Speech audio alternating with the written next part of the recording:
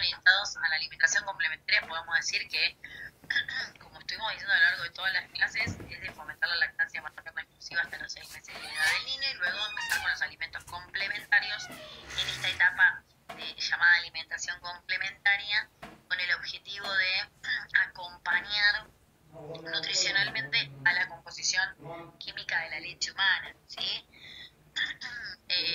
Y si es posible que haya lactancia materna hasta los 2 años, ideal. Entonces ese es uno de los primeros principios a los que estamos abocados y los que necesitamos fomentar. Bueno, es importante llevar a cabo una alimentación perceptiva, que lo vamos a desarrollar un poquitito más, una propuesta de la Organización Mundial de la Salud, ¿sí?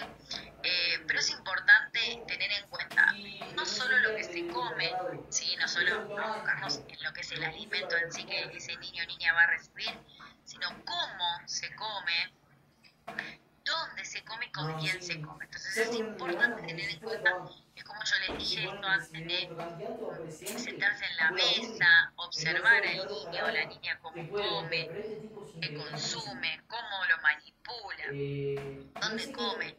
Generalmente al principio se comienza con una sola comida, ¿sí? Y se suele tratar de que esa comida esté presente la madre o el padre, si es posible, para participar de este proceso que es tan importante como es comenzar con la alimentación, ¿sí? Es importante de que esté, ahora lo vamos a ver, en un ambiente adecuado, tranquilo, porque por más que, como dijimos antes, revolé todo y agarrar las cosas con la mano y la mayor de las cosas que den en la ropa o en el piso, es todo un momento de aprendizaje. Entonces vamos a desarrollar a continuación lo que es la alimentación perceptiva. ¿Qué es lo que nos propone la OMS? Bueno, nos propone esto de alimentar lactantes directamente y asistir a los niños mayores cuando comen por sí solos, respondiendo a sus signos de hambre y satisfacción. Es importante en este caso no utilizar los alimentos como premio o castigo, ¿sí? Que coman solitos, pero no quiere decir que estén solos en un ambiente, sino que empiecen a utilizar ellos mismos sus manos, tomar la cuchara, etcétera, pero siempre observados y acompañados por un mayor. Después, alimentarlo despacio y pacientemente, animar al niño a comer, pero sin forzarlo. Volvemos a lo mismo, si el niño no tiene hambre, no hay que obligarlo a comer, ¿sí? El niño sabe cuando está satisfecho. Si los niños rechazan varios alimentos, hay que experimentar, ¿sí? Acá esto es importantísimo, recuerdan que habíamos notado que se confunde mucho con el reflejo de función, entonces uno tiene que ofrecerle el alimento, se aconseja ofrecerle entre 8 y 10 veces el mismo alimento, para después decir no le gusta. Y además, es importante combinarlo con otros alimentos que ya en realidad son aceptados por el niño o la niña, de diferentes texturas, sabores. Hay que probar y hay que tener mucha paciencia y no quedarse con que la primera vez que comió un alimento ya no le gusta. Recuerden que ellos no conocen otros sabores y estos muchas veces son una amenaza para ellos, se sienten así. Entonces, probar. Hay niños que comen absolutamente de todo, desde brócoli, zanahoria, muchos vegetales, y no se quedan con la papa y la batata, que son los de mayor aceptación. Sí, por supuesto, brócoli no en esta altura, sí, más adelante, por favor, ahora les vamos a ver que un alimento que no se les da recién a los 6 meses. Bien, minimizar las distracciones durante la hora de la comida, porque el niño pierde interés rápidamente por la comida, ¿no? Entonces, nada de tele, nada de celular, nada de tablet, nada de distracciones, ¿sí? Que hagan que ese momento de comensalidad se pierda. Y por último, recordar que los momentos de comer son periodos de aprendizaje y amor, hablar con el niño y mantener un contacto visual. Esto es lo que estuvimos nombrando a lo largo de todas las clases, ¿sí? Es necesario uno estar presente, que siempre trate de comer con las mismas personas y que sienta que es toda una ceremonia, podríamos decir, en donde se siente acompañado por sus padres, bueno, por cuidadores que estén responsables de la alimentación de ellos. Otro de los temas a tener en cuenta la preparación y el almacenamiento de los alimentos. La higiene toma un rol importante, si bien es imprescindible en todas las etapas de la vida tener buenas prácticas de manipulación, PPM, en este caso como que hay que tener, como dijimos antes, un poquito más de precaución por este sistema inmune no tan desarrollado del niño o la niña. Entonces es importante ejercer buenas prácticas de higiene y manejo de los alimentos, ¿sí? Evitar la contaminación cruzada, no mezclarlo crudo con lo cocido, ¿sí? Eso es importantísimo porque el niño o la niña puede llegar a contraer enfermedades bastante graves. Cocinar el alimento de manera completa, esto es importante. Acá lo que les vamos a aconsejar es no utilizar carne picada, sino cocinar la carne entera, después picarla, de una cocida o desmenuzarla. Es importante y hacerlo con trozos pequeños para poder asegurarnos de que se cocinen correctamente. La contaminación cruzada no solamente la vamos a tener en cuenta a la hora de almacenar los alimentos en la heladera, sino en el momento de manipular. Si yo en esa tabla estoy cortando carne y no la enjuago y después corto otra cosa, realmente al principio en este caso va a ser cocido todo, pero por ejemplo supongamos que después yo corto una fruta o pelo la fruta con el mismo cuchillo que corté la carne, ¿sí? Son cosas graves que por ahí uno no las tiene en cuenta. Bien, mantener los alimentos a temperaturas seguras, esto es muy importante. Conservar los alimentos perecederos en un ambiente refrigerado, en su heladera, como corresponde, en el orden adecuado.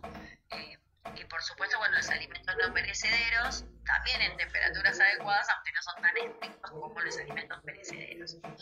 Utilizar utensilios limpios, esto lo estuvimos hablando con el cuchillo de cortar la fruta, pero tener en cuenta las superficies donde se apoyan los alimentos, los recipientes donde se guardan esos alimentos.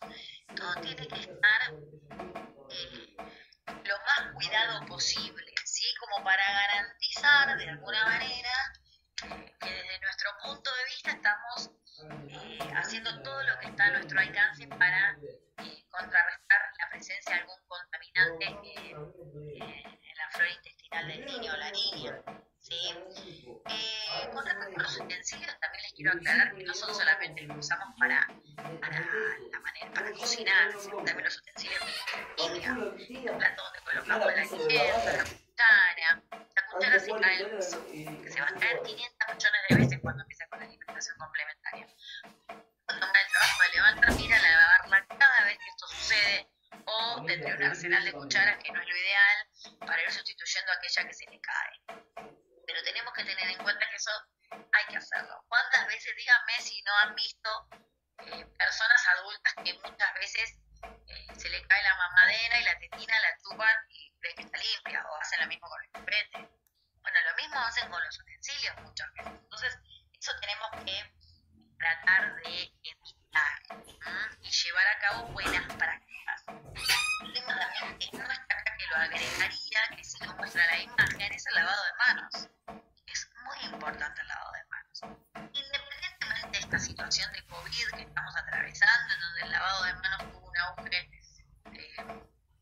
importante, tenemos que tener en cuenta que el lavado de manos es esencial, tanto el responsable del niño como del niño o la niña. Hay que lavarle las manos, ¿sí? Por supuesto que en esta situación de COVID es como que la situación se complejiza, y entonces hay que tener como un poco más de recaudos.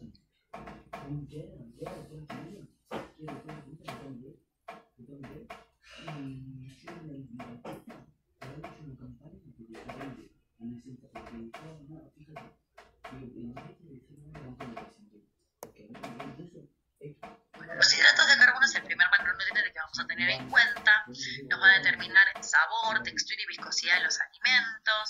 Dijimos que el almidón era bastante difícil de digerir, ¿sí? Por las enzimas. ¿Se acuerdan que la amilasa pancreática, si bien era controversial, no había suficiente cantidad, pero había un sistema alternativo, podríamos decir, ¿sí? Que de alguna manera permitía, ¿sí?, la absorción de más amilosa tenga, más digerible será y es más fácil de absorberlo. Bien, por supuesto que si molemos los cereales, también va a ayudar a la digestibilidad junto con la cocción. Por eso vamos a dar alimentos, cereales que estén bien cocidos, no al dente. No vamos a dar cereales integrales, por supuesto. En lo que respecta a las frutas, vamos a priorizar que estén lo suficientemente maduras, ¿sí? No solamente por el gusto dulce, ¿sí? Sino que esta maduración va a hacer que va a significar la transformación de la celulosa y la pectina en compuestos más digeribles también. Y por último, tenemos que tener en cuenta que que los hidratos de carbono simples tienen que estar menos del 10%. ¿Esto por qué? Primero porque es lo mismo que recomendamos para los adultos, pero tenemos que tener en cuenta que en esta población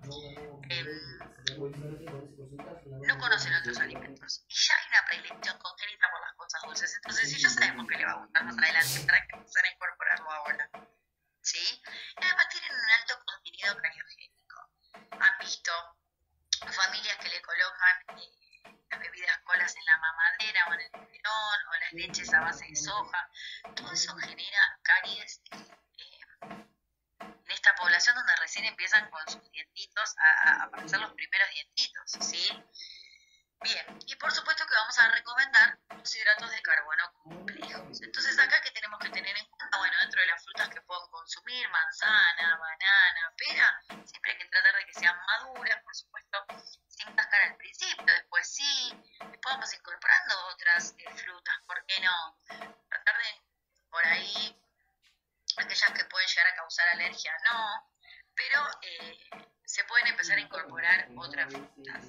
Y también tenemos las verduras, porque no va a poder consumir papa, calabaza, zanahoria, batata, y después ir aumentando en progresión los distintos vegetales. Esto primero en cocidos, espinaca y acelga, brócoli, no, remolacha tampoco, pero vamos a ver por qué. Bueno, podemos dejar de perder de vista lo que son los lípidos y las grasas. Son estos macronutrientes que nos aportan gran cantidad de energía en poco volumen. Nos permiten incorporar ácidos grasos esenciales, vehiculizar las vitaminas liposolubles. ¿Se acuerdan? La A, la D, la E y la K. Ni hablar que aumentan la palatabilidad de los alimentos, de las preparaciones. Los alimentos con alto contenido en lípidos son mucho más ricos y aceptados que los alimentos que no lo tienen o las preparaciones que no lo contienen. Aumenta la densidad calórica de las preparaciones sin aumentar la viscosidad. ¿Cómo vamos a aportar este macronutriente en la alimentación del niño? A través del aceite en crudo, ¿sí? Condimentar esas papillas con aceite. Necesitamos agregar ácidos grasos esenciales, así que vamos a utilizar, por ejemplo, el aceite de maíz, ¿sí? No utilizar mezclas, no utilizar el aceite tampoco para la cocción. Recuerden que la leche humana iba disminuyendo su cantidad de lípidos, de grasas, ¿sí? A medida que iba avanzando el periodo de lactancia. Si tendríamos que elegir lácteos, y si ya se pueden incorporar lácteos en la alimentación complementaria, tendremos que utilizar lácteos enteros. Recuerden cuando vieron la clase de requerimiento. No se pueden usar alimentos descremados antes de los 2 años de vida del niño, por toda la formación del sistema nervioso, ¿sí? La mielinización, etc. Así que esta es la manera que tenemos nosotros de poder incorporar o cubrir un poco el aporte de grasas sin caer en alimentos con alto contenido de ácidos grasos saturados, como pueden ser la manteca, la crema, ¿sí? Etc. Bueno, otro